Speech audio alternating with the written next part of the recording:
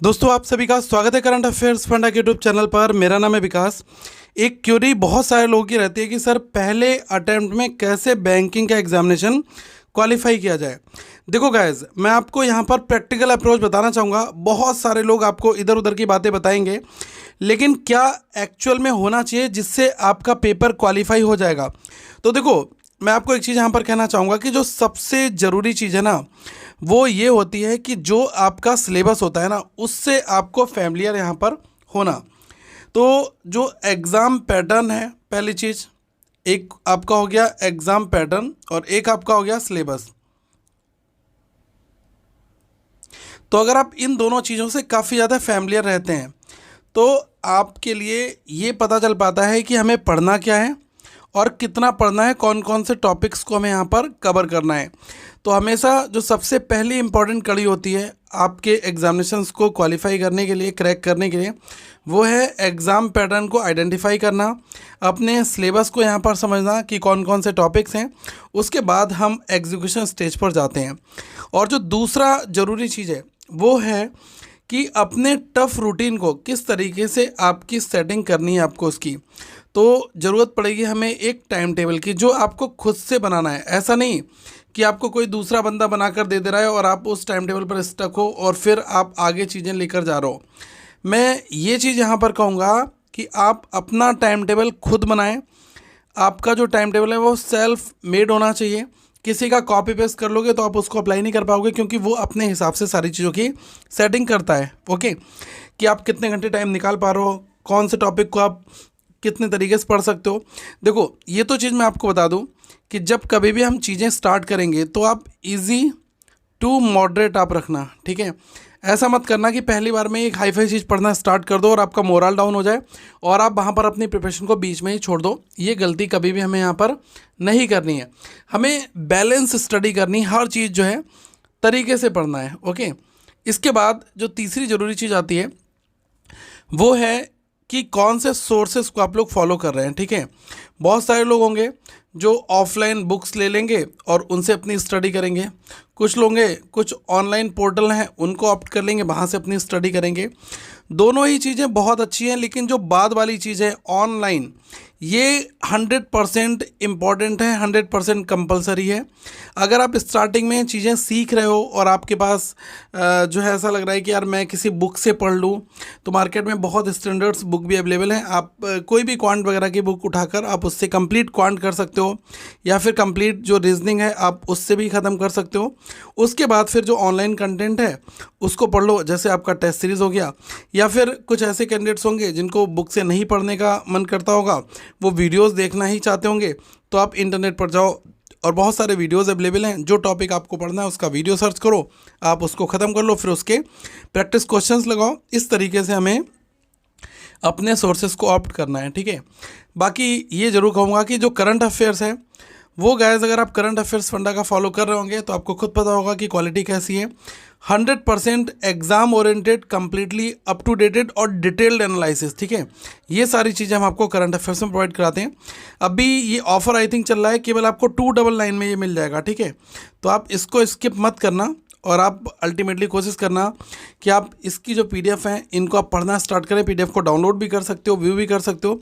एक एक वीक की पीडीएफ पढ़ो, अगर आप डेली नहीं पढ़ सकते, लेकिन हाँ अल्टीमेटली आपको खुद लगेगा कि हाँ यार मेरी प्रिपरेशन अब आगे अल्टीमेटली बूस्ट यहाँ पर हो रही है, ठीक है।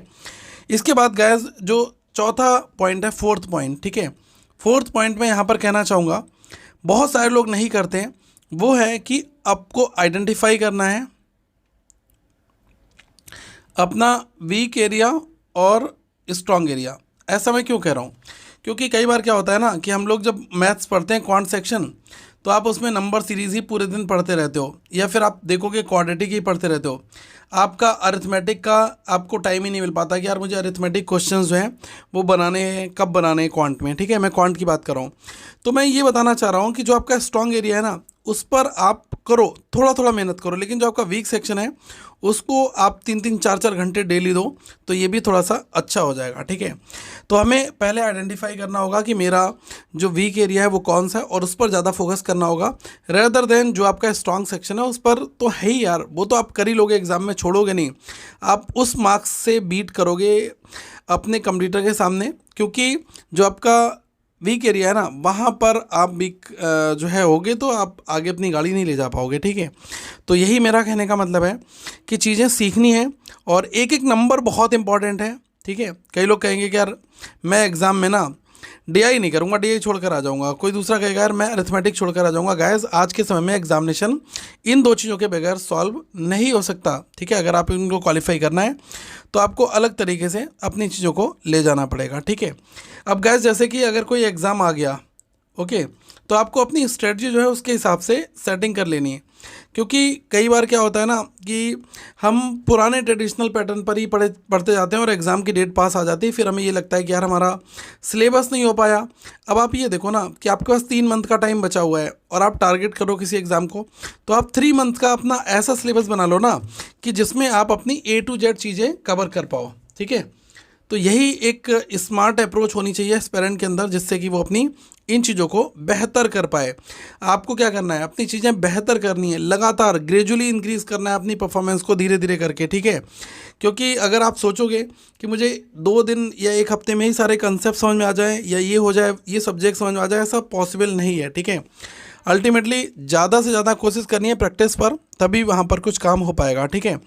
और जो प्रीवियस ईयर के पेपर है ना वो भी काफ़ी इंपॉर्टेंट रहते हैं।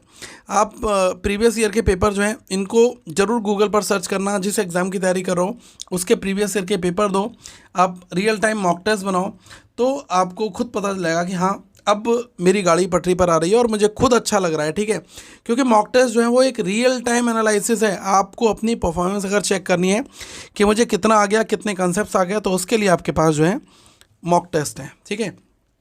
एक ज़रूरी चीज़ मैं यहाँ पर और आपके लिए डिस्कस करना चाहूँगा जो बहुत बहुत ज़रूरी है। अगर आप इसको गाइस बनाते हो तो मुझे लग रहा है कि आप काफ़ी बेहतर अपनी परफॉर्मेंस कर सकते हो। वो है अपने खुद के सेल्फ मेकिंग नोट्स, ठीक है। मैं इसको इसलिए कह रहा हूँ, ये आप नोट कर लो, SMN, ठीक है। सेल्फ मेकिंग नोट्स, अपने खुद के नोट्स आपको बनाने हैं और इनको आप शॉर्ट में बनाओ ताकि आप एग्ज़ाम के टाइम पर इसको अच्छे से रिवाइज़ कर लो, ठीक है। देखो यार, रिवाइज, रिटेन, ये सब चीज़ें तभी काम करेंगी जब आप कुछ अपने निमोनिक सेट करोगे, अपने शॉर्ट नोट्स बनाओगे, क्योंकि एग्ज़ाम जब पास आ जाता है तो पूरी बड़ी बड़ी बुक्स निकालना पॉसिबल नहीं हो पाएगा। फिर आपको करना वही पड़ेगा कि अपने शॉर्ट नोट्स निकालें और धीरे धीरे चीज़ों को करना स्टार्ट कर दिया, ठीक है। तो शॉर्ट नोट्स बनाना बहुत ज़रूरी है और ये कोशिश करना है कि आजकल एग्जामिनेशन जितने भी हैं 99.9% सभी में नेगेटिव मार्किंग होती है। तो हमें कोशिश ये करना है कि हमारी स्पीड आए और इसके साथ में हमारी एक्यूरेसी आए, ठीक है। आप ये मत सोच लेना कि स्पीड बढ़ा लेनी है लेकिन क्वेश्चंस गलत ज़्यादा करके आ रहे हो तो वहीं पर आप एग्ज़ाम से बाहर हो जाओगे।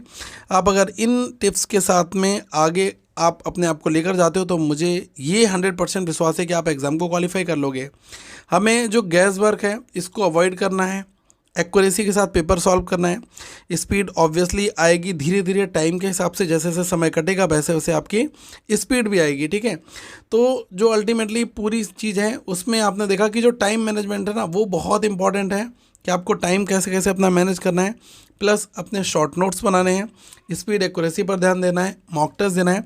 ये इस वीडियो का पूरा सार है, ठीक है। और गैस वर्क बिल्कुल नहीं लगाना एग्जाम में, तो आप और बेहतर तरीके से अपनी परफॉर्मेंस को आगे लेकर जा सकते हो। और करंट अफेयर्स फंडा के ऐप में आपको रीजनिंग का कंप्लीट कोर्स मिल जाएगा, वीडियो कोर्स है 299 में। DI है, आपको करंट अफेयर्स का कोर्स मिल जाएगा, तो आप इसमें इनरोल हो सकते हैं, अपनी बेहतर तैयारी कर सकते हैं। क्योंकि हमने जो भी चीज़ आपके लिए प्रोवाइड करा रखी है वो बहुत ही सिंप्लीफाइड तरीके से काफ़ी अफोर्डेबल रेट में है। तो आप इसका जो है बेनिफिट लें, इसको एंजॉय करें और अपनी प्रिपरेशन आगे लेकर जाएं। ऐप का लिंक डिस्क्रिप्शन में दिया गया है। Thank you so much guys, have a good day all of you. Once again we will meet in next video.